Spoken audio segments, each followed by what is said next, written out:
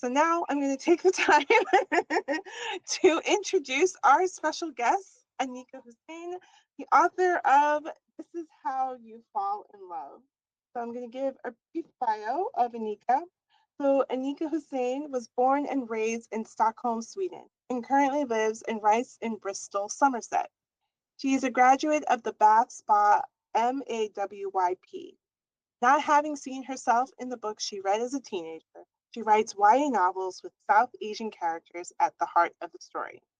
She is the YA Book Prize shortlisted author of This Is How You Fall in Love, Desi Girl Speaking, and the upcoming book Heartbreaker. In her free time, she rewatches Love Island, listens to too many true crime podcasts, and sings pop punk songs loudly around her apartment. So thank you again, Anika, for joining us again this afternoon. Thank you for having me. It's very cringe when you read my bio out. Well, it's a lot that we're in common with, like especially with true crime podcasts, because I do like not only podcasts but true crime TV shows. I love watching Snapped, like on the Oxygen channel here in the U.S. That's like my guilty pleasure to watch. So we're connecting that way. I don't even think it's a guilty pleasure at this point. I think everyone knows I love true crime, and I find it very soothing, especially when I'm cooking. It is very soothing because it's like, well, what else am I going to do? I mean, listen to other people who are just wreaking havoc and while I'm cooking and being calm in my life. Being very wholesome. So we are here to talk about your it debuted in the U.S. last year, so it's going to come in. Happy early birthday, book birthday. This Is How You Fall in Love, and also it was recently shortlisted for the YA Book Prize. So congratulations again on that. So for those who have not had a chance to read This Is How You Fall in Love, could you give us a brief synopsis of the book? Yeah, of course. So This How You Fall in Love follows our protagonist, Zara. And so she's a rom-com fanatic through and through. And it's kind of mostly down to her parents who've had this loving marriage ever since she was born, and she's seen it all. So she's got a really high expectations of what love is about to be like. But then her parents start fighting and she gets really concerned for them. And I think in her head, she thinks if I can just give them some good news, all the problems will be solved. So considering that her parents have shipped her with her best friend Adnan for years now, she thinks, oh, I'll just fake date my best friend and hopefully that will solve all the problems. Unfortunately, that's not how life works. I think things get trickier for her as she fake dates Adnan, especially when Yaya, a new boy on the scene, enters the picture. And then there's the little problem of Adnan actually having a secret girlfriend who he can't go public with because she's got some troubles with her family as well. So there's a lot of family drama. There's a lot of friendship drama. It's a book about love, but it's all about, you know, the expectations we have from films and books as well. Yeah, with Zara, it's like that was basically like a typical teenager response. It's like, well, if I lie, this will make all my family problems all better, and that's perfect. It's like I don't think 100%. Why wouldn't it work? It works in the movies. Exactly. And she uses that a lot, but I feel like that's also what a lot of I know I did that a lot when I was a teenager. Like you would look at I grew up in the time of when the rom-com was at its peak, like in like the 1990s, early 2000s, and you would model after that. Like that's how a romantic relationship is supposed to be. It's like, but wait, no, you kind of it took me a while to realize like, no, it doesn't have to be like that. and and with Zara, as lovable as she is still that, you know, that naive teenager that She's very misguided, but I think she's misguided for the best reasons. You know, she just wants to make everyone in her life happy. I think she's a people pleaser to a fault. But yeah, it does get her in a lot of trouble and in a lot of sticky lies. Yeah, exactly. And that's what makes her, even, yeah, she might be flawed, but she's still a relatable unrealistic, lovable character. And that's why I loved being inside of her voice. And so, and I think, I wonder, did you initially make it to be first point of view, or did you thought like, oh, maybe I should do it in third point of view? Like, what made you, what was your writing process like for this one? I really wanted to be in the first person point of view because that's kind of the books that I gravitate towards, because there's something about being in someone else's head that's really comforting, because you can then you're in the book, but if they're going through a rough time, it's like you're kind of removed from it because you're not them. And I guess with a third person, you can also do that. But I think sometimes where the third person fails is that it's almost too removed in a sense. It's almost clinical. So you want that kind of space to not be too affected by it, but you also want to be in all the feels with it. So yeah, and my writing process is really chaotic. I'm not very structured. I will have like a synopsis and then I'll do a chapter outline, but I will fill in the gaps as I go along. So for This How You Fall in Love, I knew there were a lot of problems with it in the first draft, but it was like, let's ignore them until my editor needs it, because then my editor can help me fill in the gaps, because I'm just trying to build a skeleton at this point. We can fill in all the organs and the skin and the tissues much later down the line. So that is my chaotic process. I'm workshopping some stuff with a friend right now, and I sent her some stuff and I literally just finished in the middle of a sentence and said, yeah, this is where I stopped, bye.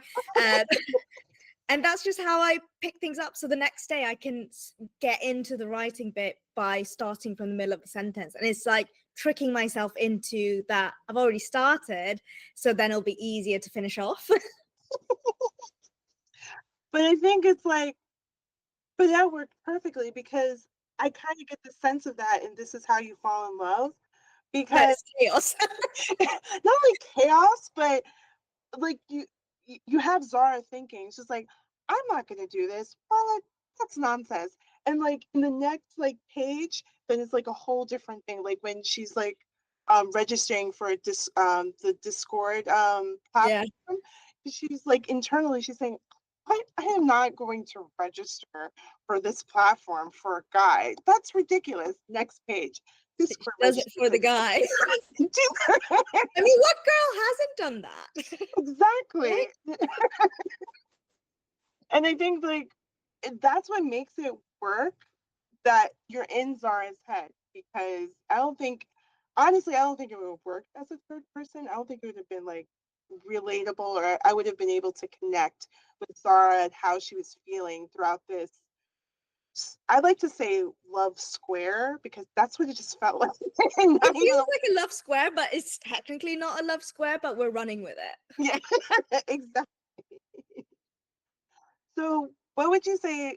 And it probably like touched base a little bit in your bio, but I did want to ask, like, what inspired you to write this book? Was there something that you read a lot as a teenager you didn't see enough, or you just wanted to like create it, or maybe there was something in your life that gave you the spark to create the stories? Like, where did the inspiration come from? So there's a couple of things. So first of all, I really wanted to write a romance with a kind of South Asian lead, because when I was growing up, there was nothing. I was 20 the first time I read a book with a South Asian lead.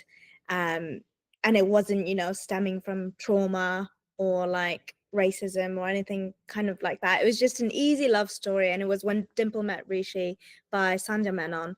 And it just felt really nice to have a simple love story and feel like I can be the main character too, and not just like a funny side character, because I think that's kind of the role that brown people play in like a lot of shows and a lot of books. So that's something I wanted to address. And Zara herself kind of touches on that in the book, about kind of feeling like the main character in her own story for once. And then I basically wrote Desi Girl Speaking before I wrote This Is How You Fall in Love. And so whilst we were waiting on like publishers to get back to us about Desi Girl Speaking, I'm the kind of person, I kind of need to do something all the time. I'm a bit of a workaholic. I get really antsy, really fidgety. So I just started to write this How You Fall in Love. I just want to write something fun because Desi Girl Speaking is quite a heavy book. So I thought, right, let's have a break from it. Let's write something goofy, something funny. And I didn't even tell my agent I was writing it. So she didn't know it existed. So when Hotkey, my publisher in the UK, said, "Oh, we really like Desi Girl Speaking. Do you have something else?" My agent's like, "Oh, do you have anything else?" I was like, "Well, actually, I have 60,000 words of a rom-com that I didn't think would ever see the light of day." And we sent that to them and they really loved it. And so, yeah, that was kind of my project in between projects. But yeah, and also like in high school, I was secretly dating a guy and my friend was secretly dating a guy. So we thought, just to get everyone off our backs, let's pretend to date each other and just like play it up for the cameras. So that was quite fun. So I took a lot of inspiration from that. Yeah, so people do fake date in real life.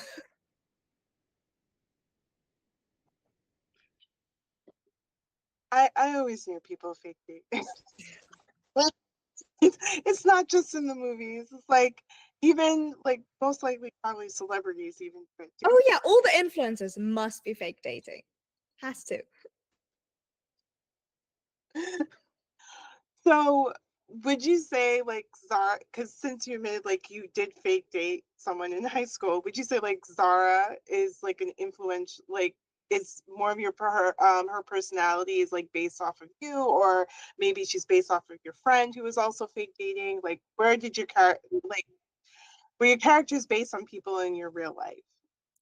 If you ask my husband, Yaya is based off him, which I don't agree with. Probably stole a couple of clothing items off him. Um, But I wouldn't say Zara's based on me. I'm not really a romantic. I'm very cynical as a person. I just didn't think I was ever kind of the person who'd be married, wanting a family and stuff like that. It was never for me. So that's a recent development that I've turned into a lover girl.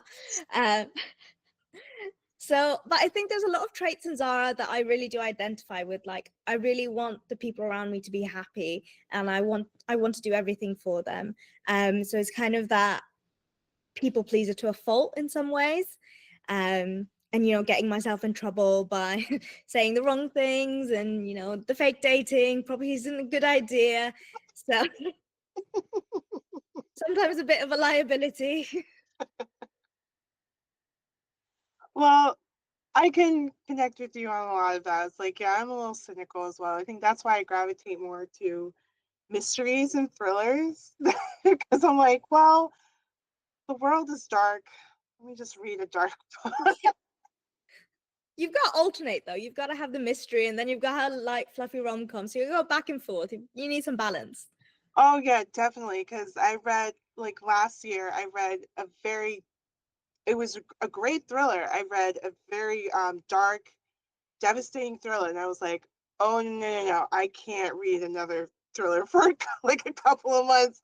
Let me get a romance, contemporary fiction, something, and I can jump back into Yes, the mystery. it's the cycle. Exactly. So, what would you say was your favorite moment? Without giving any spoilers, like what was your favorite moment, like favorite um writing in This Is How You Fall in Love?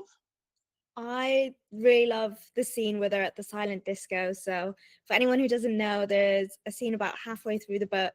Zara and Adnan are fake dating, and they've gone on this group date with their friends and Adnan's actual girlfriend. And they're all in the silent disco. It's flashing lights, it's loud music. So they've got their own headphones, and Zara's kind of looking around. She's seeing people who've matched up with the songs because of the way they're dancing, and she sees Adnan and Cami, and their songs have clearly matched up just from the way they're dancing. And she's like, I need to stop this right now.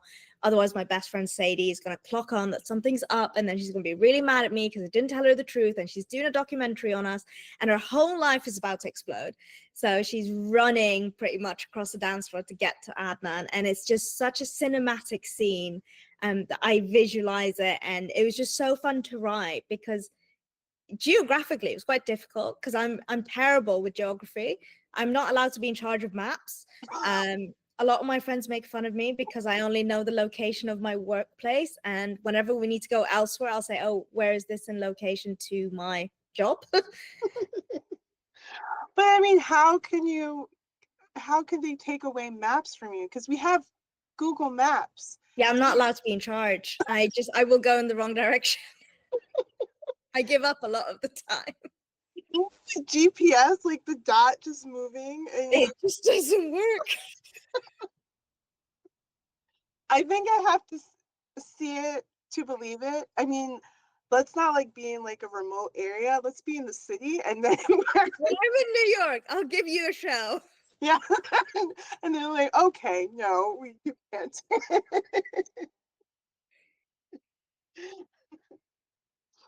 um, so I know that this is probably a, a hard question to ask, but I'm gonna ask them like, what is your favorite romantic trope out of all, like, because I keep hearing, I have a lot of romance lover friends who just keep telling me like different ones, and I'm like, I never heard of it. What is your favorite romantic? I love a good enemies to lovers. I love, the arguing, and if they're gonna pull like pranks on each other, it does something to me. It's just beautiful. And then like I love the one bed trope as well, because I just think it's so funny how, the main character and the love interest, they'll go somewhere and suddenly there's only one bed and they have to lie in the bed together. It's like they've never heard of someone sleeping on the floor and being in pain all night. Oh, I'm gonna tell that to my friend. There is something about, I say I love it so much. I've put it in Heartbreaker. There's the only one bed trope, and as I was writing it, I just kept going, hee hee, this is so fun, and I see why people write it now. Because I've read a couple of like one bed, there's only one bed romance. And yeah, coming to think, I was like, yeah, why did the person just sleep on the couch? Because there is There tends to be like like a couch or like an armchair in a hotel wherever the characters are, but no one seems to think about it. Um, and obviously when the one bed trope happens, that's the scene where they tend to realize that, oh, they've liked each other all along, or yeah. So I think it's a great moment for a reader as well, because it's like what you've been waiting for is finally coming to fruition. Like you've seen the pining, you've seen the looks, so then it's like it's finally happening now, and you can just kind of squeal. I mean, did you, as you were writing this, because as I was reading this, you see Zara, because she is a big rom-com fan, she goes like through all the different romantic tropes and scenarios. Did you kind of write this like as an homage to romantic tropes, like celebrating like all the variety of different ones or even the upcoming ones? Yeah. Yeah, definitely. It's just I love a good rom-com. There's a reason we gravitate towards them. We always know everything's going to work out in the end. And I think like we said, the world can be quite dark sometimes. It's quite nice to know that you can kind of depend on a rom-com to end in the way you want it to. Like everything's okay in the world, all the loose ends will be tied up. So it was really nice in this How You Fall in Love that I could just kind of pay tribute to that. Just all different types of love as well. Like you've got family love, you've got friendship, and then you've got romantic love, and also about just loving yourself.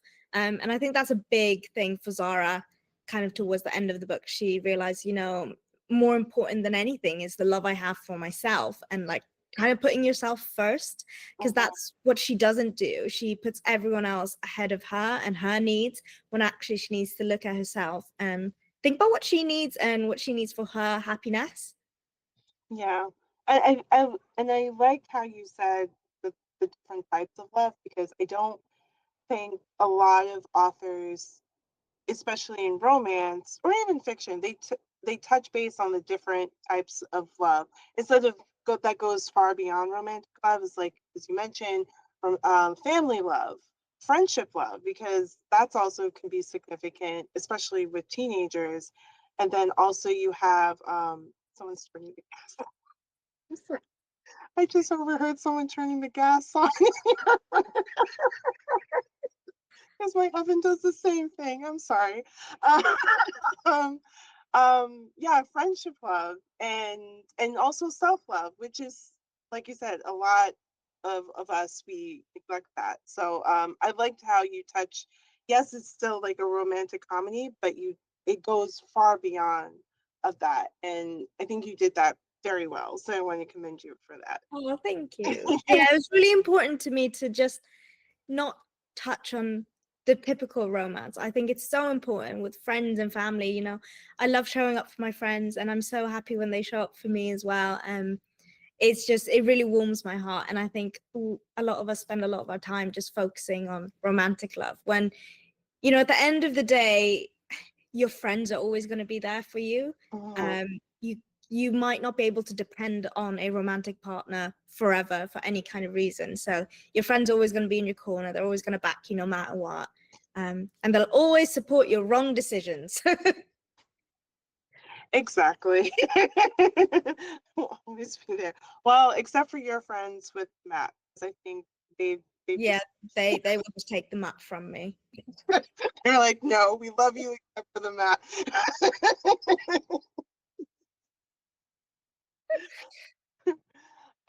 So we see in This Is How You Fall in Love, Zara says when Adnan and Cami, they're like, like they're on their kind of, I don't want to say first date, but one of many dates at Cami's house.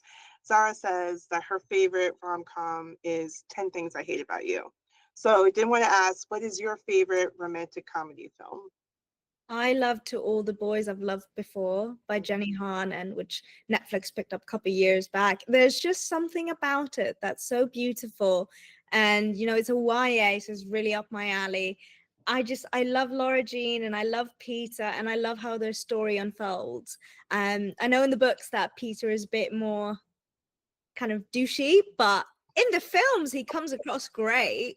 So I'm gonna stick to the film version. Probably best. And the soundtrack's really good to it as well. It's just so cinematic and beautiful. And I think it also came out on like Valentine's Day when it did come out. So it's just very perfect the first time I saw it. So that's one that I keep going back to. Okay. I was thinking for myself because I did like 10 Things I Hate About You. I've watched that movie so many times. I would say it's my second favorite, but if I had to go with my absolute favorite, probably be Clueless. Oh yeah, Clueless is a good one. Yeah, it took me a while, I'm ashamed to say, for me to realize it was a retelling of Emma. Someone told me, and I was like, no, it's not. And then I had to rewatch it again. I'm like, oh. So, but I do absolutely love that movie. I hope they never like try to do a reboot of it because it is perfect as Yeah, it doesn't need a reboot. yeah. It's like don't touch it. It is fine the way it is. So yeah, Clueless would be my favorite. But speaking of classic love stories, because I did ask you, we did talk about this before we went live. If you had a choice to retell a classic romantic story, which one would you choose and why? Probably Pride and Prejudice, because it is a classic. You've got so many retellings of it. But I think every retelling is different. You look at Bridgerton season 2 of Kate Sharma and Anthony, they're like the classic Pride and Prejudice retelling in itself. And it was done beautifully, but that's one I'd like to retell, but probably more pining.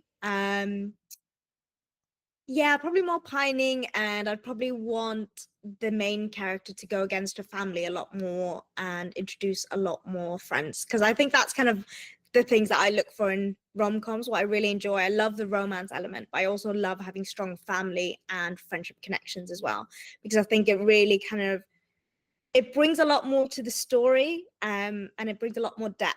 And I think there's a lot more at stake when you've got more people who depend on you as well. And I think that's why Zara feels so much is at stake in This How You Fall in Love, because it's not just the love interest that she has to worry about. It's Adnan, it's her parents, it's her best friend Sadie, it's Cami as well. So there's a lot going on, and you can build so much tension when you've got all these elements involved. Oh yeah, definitely. And I think like so with Pride and Prejudice, that's like my favorite book of all time, hands down. Um, but with Pride and Prejudice, there is like you have that, yes, you have the enemies to lovers, but you do have that family dynamic because you have all the five sisters depending on like living up to the Bennett name and stuff. And I think that those plot line, the storyline, and the family dynamic is so unique. And it's like you said, that's why a lot of writers keep going back to Pride and Prejudice, and retelling it in different in variety of ways. I would like someone to do like Sense and Sensibility or try to, but I do get like Pride and Prejudice because that's where enemies and lovers It's started. just the classic enemies to lovers, you know. You watched like it happen, and you just want to keep doing it again because there's nothing wrong with it. It's a tried and tested formula. I know exactly it is, and it's done, and it has worked, and it continues to work even when it's not a Pride and Prejudice retelling. It is just a trope that continues to. I feel it is probably one of my favorite tropes because just seeing two people hate each other so much, and then just happen to just like have one night, and then that's it, and like they It's fall the in love. one bed. Yeah, It's that one bed that does something. it's like you sleep in the bed, and like no, you're sleeping on the floor. No, you're just okay. Why don't you sleep in the tub? The tub's not that bad. Exactly. You just put a pillow, a blanket, you're good. You're You're golden. done. So I wanted to do a this or that. Look at I keep hearing that. I'm sorry. The this or that a bookish edition for you. So and also for our audience members, you can play along. You can enter them your answers into the chat as well. So are you ready? Yes. Okay.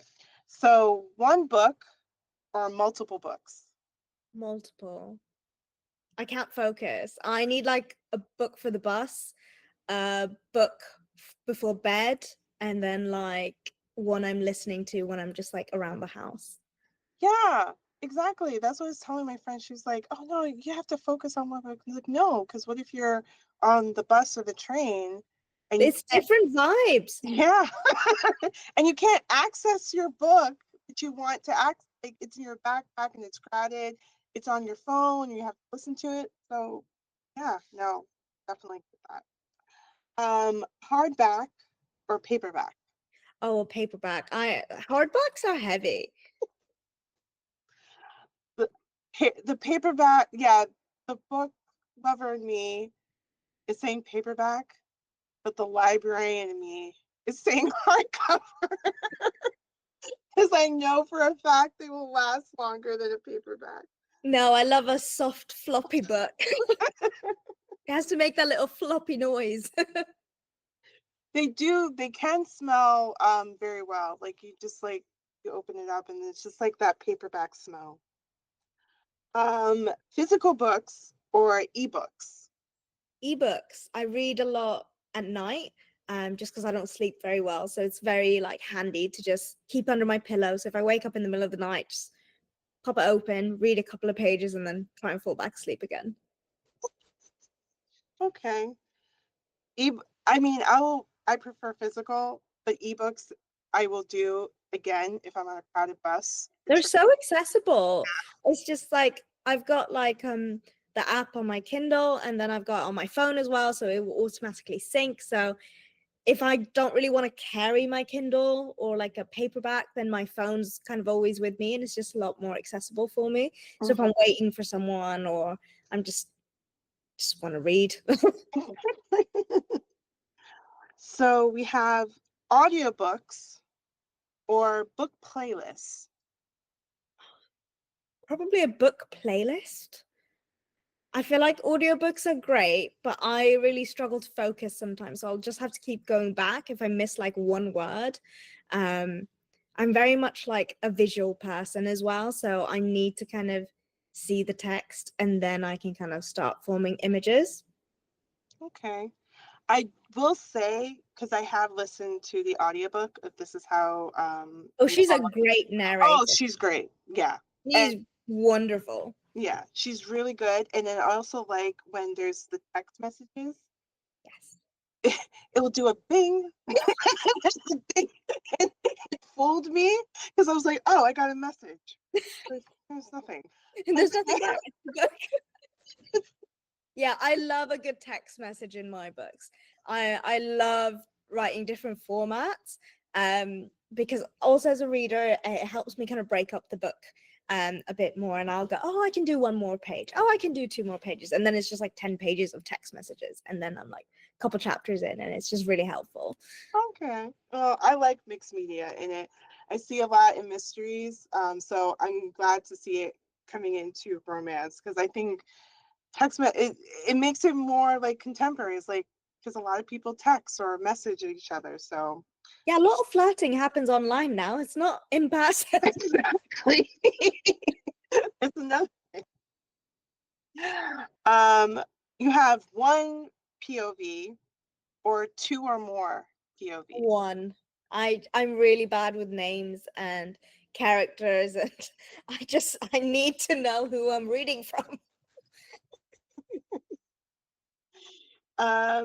First person or third person. First. Yeah. I feel like it has to I do like a first person, but it has to be really, really good. Because I've read a lot of bad first person, and I'm not going to name the really bad book that while we're recording, because it's a very popular one, and probably people will against me. We'll come for you. Yes, they will. Um, fantasy or contemporary? I'm a contemporary girl. I'm not very good with fantasies. Um, I think it's mostly because like I'm not a visual person. So actually when I read, I really struggle to kind of world build and see images. So that's why I'm really drawn to contemporary because it's in our world and I can see it very clearly then. Whereas with fantasy, all these authors, they're incredible because they can whip out worlds from literally thin air. And I applaud them, but I can't do it. I do I used to like shy away from fantasy only if it was in a graphic novel because, like you, I need to see it. If I'm seeing it and I'm seeing all the action, it's fine. But if I'm reading it and like, no, I can't get it into my head. But I have read a lot of good fantasy books that are that actually has me engaged. So if you're looking to jump into fantasy, I got a couple of good recommendations to give you. I've got a couple of friends who write really good fantasy. So we've got Dances of the Dawn by Zalika Afzal, and we've got A Language of Dragons by SF Williamson, which just came out. They're brilliant. And I'm probably biased because they're my friends, but they are brilliant books, and I think everyone should read them. I heard about A Language of Dragons, and that did seem like a lot interesting. So I'll give that a go. Morning read or night read? I'm a night read, mostly because I'm asleep in the mornings. I don't sleep very well. I really come alive after like 10 p.m. And yeah, I'm a hassle in the mornings. I will try to read at night, but I do have a cat who that's when she's awake because she sleeps mostly in the day, and I'm trying to get to bed, and she's like, "No, you have to play with me." So yeah. And finally, tea or coffee? I'll probably tea. I drink a lot more tea than I do coffee. I'll have one cup in the morning, but that's about it. And then I'll just have like green tea for the rest of the day. Well, yeah. I am a big tea drinker. I'm a big tea drinker of my workplace, and getting them to drink tea is a battle, let's say. And you'll fit right in the UK. I know people have said that. It's like, how are you an American? You don't drink coffee. It's like, because I think it's disgusting. Well, thank you for playing that game with me. We do have a question that's entered into the chat. This is by Sadia, and she asks, "Was the silent disco scene inspired from a Bollywood movie?" No, but I think the way that I probably pictured it was Bollywood-esque because I grew up and I watched Bollywood films with my mum and dad. It kind of just been playing in the background. So it's all about grand gestures and big fancy dances. So probably as I wrote it and I'm picturing Zara running through the crowd, it's probably like a scene straight out of a Bollywood movie. So yes and no, maybe? Mhm. I've oh, I need to watch more Bollywood movies. I feel the only one that I've seen was Bride and Prejudice. I absolutely love that one. I when I saw it, I bought the DVD, I bought the soundtrack because I listened to it all the time. I was like, oh my God, I want to dance all these songs.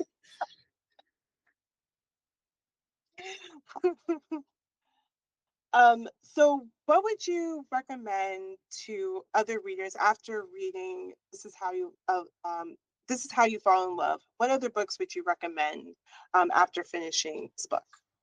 So there's a new book coming out next month. So the perk of being an author is getting advanced copies. So there's a book called Red Flags, and it's by Sophie Joe.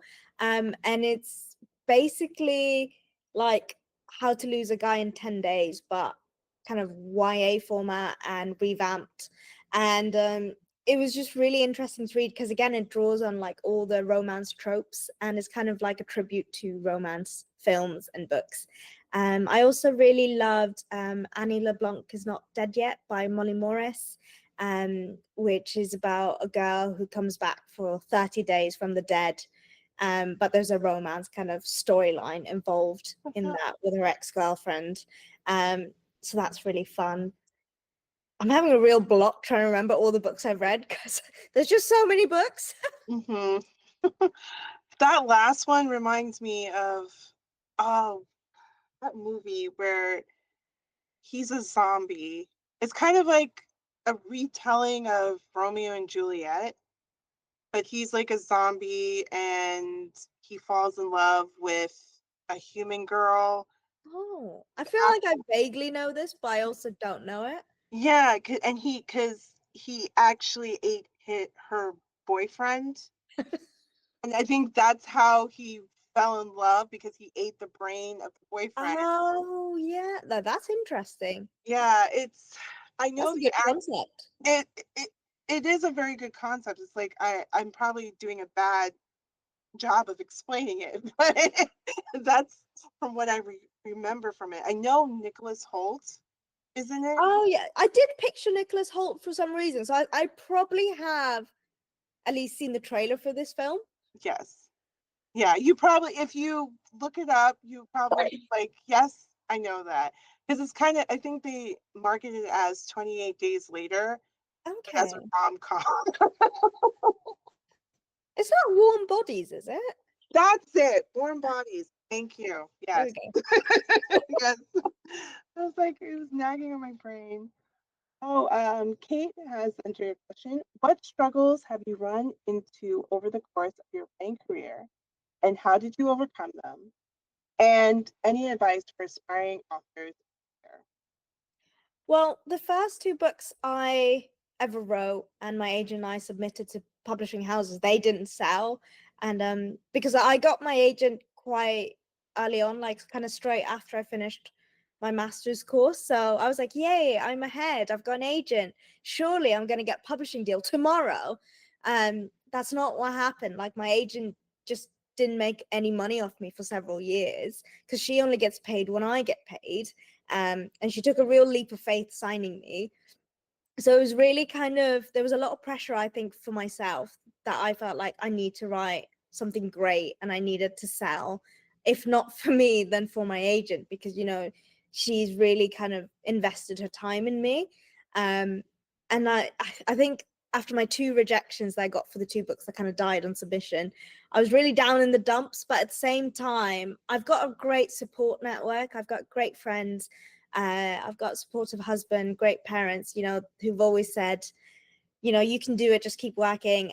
So it was just kind of picking myself up. And my only advice for aspiring authors is just to keep writing. Like, write whatever you want, because the market is changing day by day. There's no point in trying to cater to what's selling right now, because publishers are looking for the next 2 years. And at the end of the day, the best book is going to be the one that has your voice in it. So as long as your voice shines through, it's going to be a great book, no, regardless. No, I totally agree with what you said. Like, write with what you want to write, because the market has changed. Because there was a time when with YA romance that was big, and now it's YA fantasy. So I have a feeling that YA romance is going to definitely make a comeback. So it's like just writing what you feel, what you want, and what really moves you. That's really great advice. And we have, and forgive me if I'm mispronouncing your name, Mahila. Uh, she asks, "What's next for you? Are you already thinking of the next book's plot?" With a The smiley. next up is Heartbreaker, which is coming in May in the UK. Hopefully it'll come to America soon. Um, And I am thinking of the next plot. I'm always plotting in my head just for the next couple of books. So I've got two kind of rom-com ideas that I'm sampling up for my agent, and that will send to my publishers, see if they want it. And yeah, let's hope that they pick them up, because publishing is just, you never know what's going to happen. It's all market dependent, really. So it's kind of like you have to look into the future. Mm-hmm. No, but I'm looking forward to reading. I mean, I have ways of getting Heartbreaker. Very ominous. I have ways. It's not like an ominous, it's like buying it from Waterstones and just paying the 14-pound international. Oh, wow. Yeah. That's why I make sure to like buy more than one. It's like, no, not just one book. I have author's copies before I come to New York. I can bring you one over. Save you the shipping. Thank you. I appreciate it. And I also have just one more last question, but I'll read Adi. They said that I don't have a question. I just wanted to say how great it is to see you continue to develop as an author and really spread your wings. Stop making me feel like an underachiever. I'm so sorry, Addie. I'm so sorry. You're just going to have to work harder. So we have Martin. He asks, what do you enjoy most about being an author? I really love the advanced copies of books that are coming out. I get a lot of book mail, which is really fun, and it adds to my to be read pile. And it's just really cool to see how the industry works. I really love connecting with readers as well. Like when I see people in public or online who really love my stuff, or just say how they felt seen, it is really heartwarming. And just the community of authors, I think everyone's really supportive. Everyone just wants more stories in the world.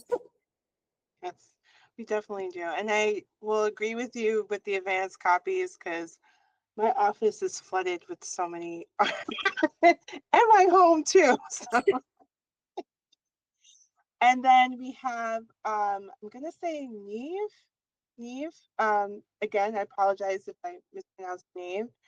When you're planning or writing a book, do you have the future audience in your head, or do you think of it as writing for yourself and then releasing it to the world? Oh my God, that's an amazing question. Yes.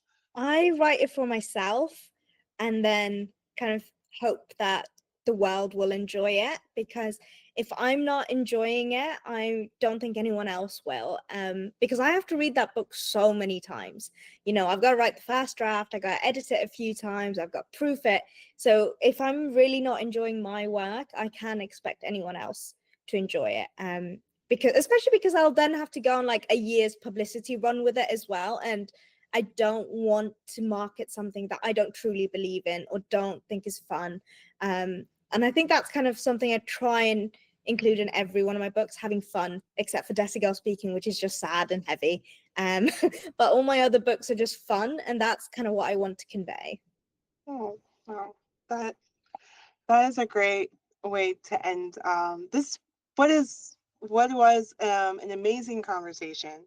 So thank you, Anika, for joining us. So I have one last question for you, and we ask this of all of our special guests. Yes, that was. Oh, you're welcome, Neve. Um, so we librarians, we do what is called a book talk.